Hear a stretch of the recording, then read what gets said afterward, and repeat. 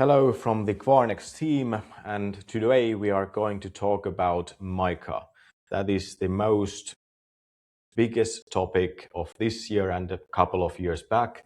And today Joonas from our Kvarn X team is going to go through what does it mean, how does it affect on the markets and different players. So let's get rolling on.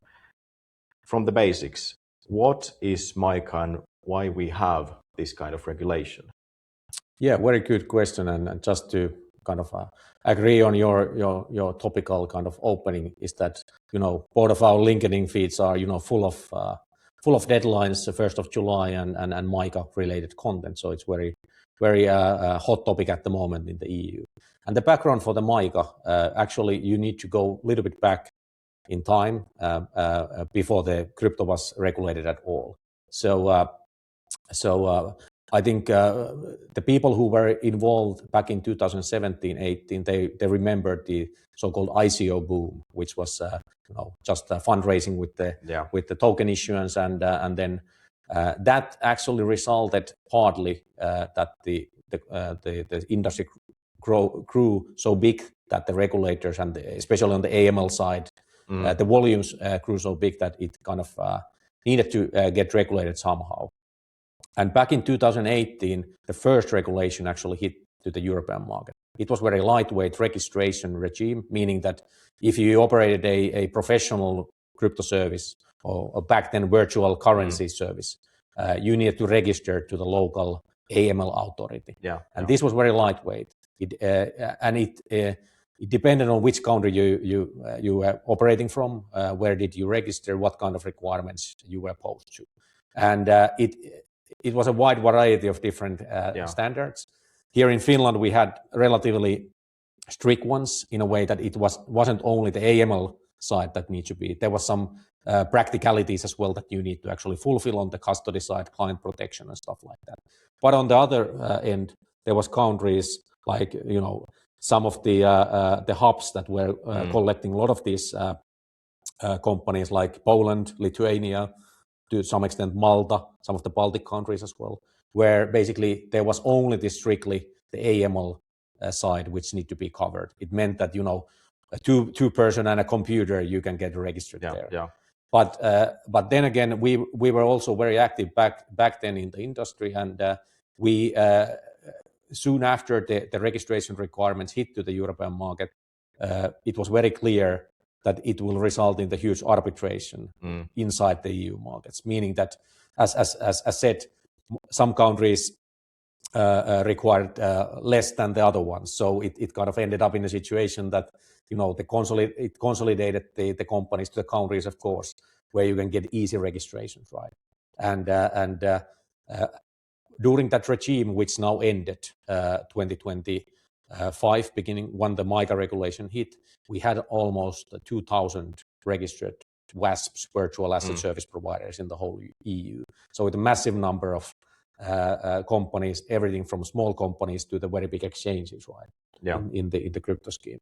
What was basically flagged back then already, 2018-19, was that we need to get this unified regulation. Otherwise, it's just a wild west of regulation. Absolutely, and then it's always end up in the you take advantage of the arbitrate, where you get the lightweight regulation, you go there, and then the standards of operating are not similar. That was the reason there.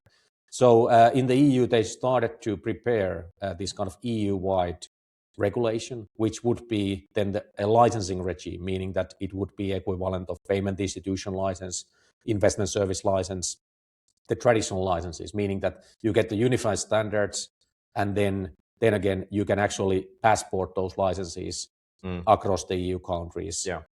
So that was started to be prepared, but it took time. It took like 4 years to actually, these processes are very slow.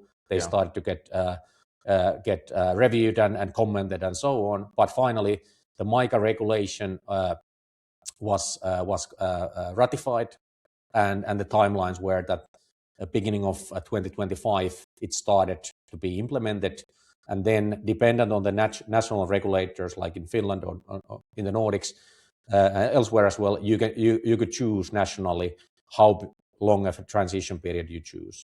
Everything from 6 months to 18 months.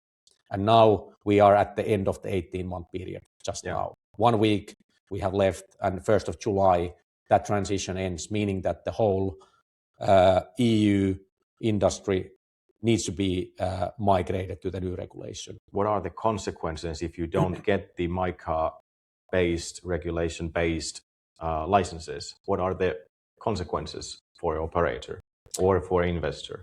It's very clear. Basically, now until the end of this month, you had this transition period that you could operate to a certain extent if you applied for the license, if you are in the process, or if you have some kind of allowance from the regulator where you are applying for. Or if you didn't apply, then again, you could operate to a certain extent. But now it's a hard stop. It's a full stop. You need to have the license next Wednesday. Otherwise, you cannot serve the clients.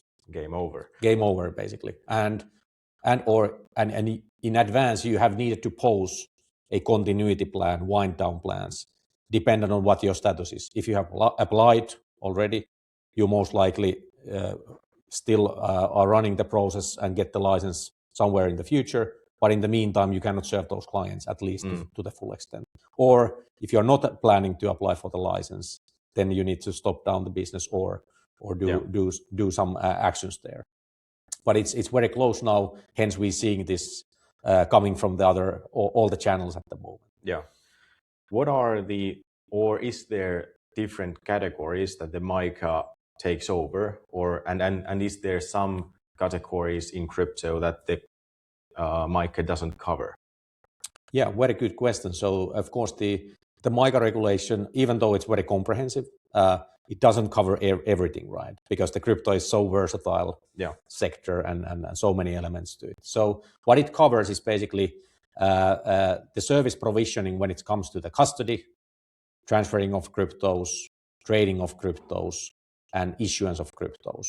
And under the issuance side, there are different kind of categories. One of which is the e-money tokens in the standard language stable coins. Yeah. Some of the global stable coins like Tether, USDT haven't applied, or at least not yet gotten to distribute that in the EU. All the participants operating in the EU, they cannot really offer services with the USD Tether. Now the second biggest one globally, and now the biggest one in Europe is Circle, USDC, and the related Euro C as well. So they have gotten the issuance permission, and now it can be freely distributed or transferred and processed among the participants in the EU. Then you have this other crypto asset category, which is kind of a utility token type of a category, meaning that it covers most of the cryptos, right? What you have normally in the brokerage or trading platform, everything from Bitcoin to Ethereum and so forth. And there basically the regulation says that in order to launch a new project, depending on what kind of issuer that is or how decentralized that, you need to issue a white paper and get it approved by some of the local regulators.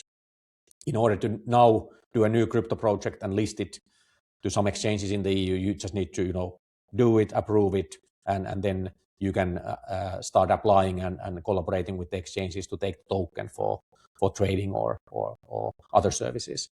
And the third one, which is actually not yet coming to realism, is the asset reference token, so-called ARTs, meaning that this is the category where would basically any of the, for instance, Paxos Gold, DAI stablecoin, which is a multi-backed stablecoin. These kind of where you have some kind of a reference assets where the value is derived from, meaning the gold is backing some or some currencies are backing the other. There you need to get the ART permission, and that's very hard. We have 0 ARTs at the moment in the market, even though it has been 2 years already that the market has been open for the ART issuers. And the reason is that the regulation is super strict on that side. In order to get those through, the capital requirements, the economics are quite harsh. So it needs to be a relatively big project with the big war chest, in a way, just to get started and get that project up and running. And one small caveat there is that where this ART was derived from was actually the Facebook Libra project back in the days, which was a massive global project, which was actually this kind of a multi-currency backed Facebook or Meta stablecoin. And it was so big project that all of the regulators globally wanted to stop it down because you have 1 to 2 billion users target market for these kind of projects, and if you don't have a regulation in place to actually control that, it would have ended up being a massive impact, most likely to the consumer protection and whatnot. So the controllability is now in place, but unfortunately it's a little bit more strict to actually commercially do it those viable projects under the ART side. Yeah. And little more about different terminology. Now we know what the MiCA is, how it affects the markets, but what is CASP, C-A-S-P? What does it stand for and what does it mean in practice? Yeah, so the MiCA regulation is the framework regulation, right? Underneath the CASP is crypto asset service provider. So that's the licensed entity who is seeking the authorization under the regulation. So meaning the CASP is the company who is either offering the crypto services, the issuance, or the ARTs basically, and all kind of related services. So you need to seek for the CASP approval, and it's a license which you can then utilize to offer the services to the clients. For instance, in our case, we have the CASP authorization license in order to offer the trading, brokerage services, the custody services, transfer services, and that's basically the scope of that. And it's pretty similar that you have in the TradFi side, meaning that the investment service MiFID II directive is basically equivalent on the service provisioning. You have the brokerage side, transmission of orders, execution. You have the custody. You have then the exchange services as well. So it's pretty much copied regulation, on a standard level from the MiFID II side. Yeah. Then about how this really affects on investors and how investors operate on and in the crypto sector, because the MiCA raises the bar, and also there is going to be some consolidation in the market. So can you open up a little bit? How does this consolidation and raising the bar, what does it mean in practice and for investor? Yeah, I think the biggest change is in a practical terms is the transparency and the investor protection. That is usually that the regulators care the most, right? What kind of protections we have in place, because at the end, the investors, they are the consumers or professional investors, but they need to get some kind of a transparency and protection for their money, right? Yeah, that's the primary target of the regulation. And how you achieve it is that you impose these requirements to the companies who are offering these services, meaning that if you offer Bitcoin trading, you need to transparently show the fees, show how you do the business, show how you custody your Bitcoins, and also how you basically what are the instruments, right? Because there has been no standards whatsoever what kind of disclosures you have in place. So you need to actually disclose what is Bitcoin and those elements as well. So it's increasing the barrier for the operators to actually provide standardized information of the products and services that they offer. Because if there are no standards, everyone does it in a different manner, right? And then you don't get the standardization. Yeah, it's like 2018 and ICO boom again. Yeah. So more client protection. Yes, and more imposed controls on the operators. Yeah. And what if a new investor or a older investor in this particular section, cryptos, when he or she is choosing service provider, what he or she should take into consideration now that we have new regulation? What are the questions customer or client should ask for him or herself? Yeah, I think the good principle is that you need to spend some time on doing the background checks. And the easy way, of course, would be to check the registers that who are the registered CASPs in the market, because now it's evolving quite a bit. We are getting new CASP into the market every week, right? But to be 100% certain, you just need to check it. You need to also, look for the websites and look for the information. Can you find this license info, for example, from the regulator? Is it a public information that you have license? Yes, each national regulator is keeping that register, and then you have the ESMA, which is the European Securities Market Authority. They have the register as well. But given that there are time lags always, so you cannot be sure that it's always up to date, because it's changing so rapidly at the moment. So, but the good principles, whatever you are, investing or buying, stand, right? So you need to do some background checks, not to jump into. And the caveat there is that, of course, you cannot rely only on information provided by the company, right? Because you can easily also, the fraud side is so good with the nowadays AI technologies and so on. It's almost impossible to differentiate what is real, what is not. But to spend some time, and of course, the peer group benchmarking, talking with people, asking from the groups which you trust, using AI to get some objective answers, right? Because they can search the web and also do the analysis for you. So this, but I think the principle, don't jump too fast into some things which are looking too good in a way. So be cautious about that. Yeah. Should clients probably ask, or should they find out how the company, now that we are in the MiCA and CASP regulated, should there be info about how the funds, clients' funds are they segregated from the company's own funds? What happens if the company operator shuts down? Should people investigate these, and are these now publicly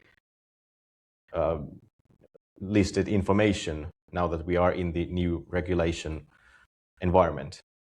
Yes, and specifically on the client asset side, the MiCA regulation set strict requirements on if you have the license to custody the client funds, the crypto funds, then you need to, of course, the base principle is that they are segregated in any case from the company's own funds in case of some bankruptcy or something. So they are segregated. That's the by default.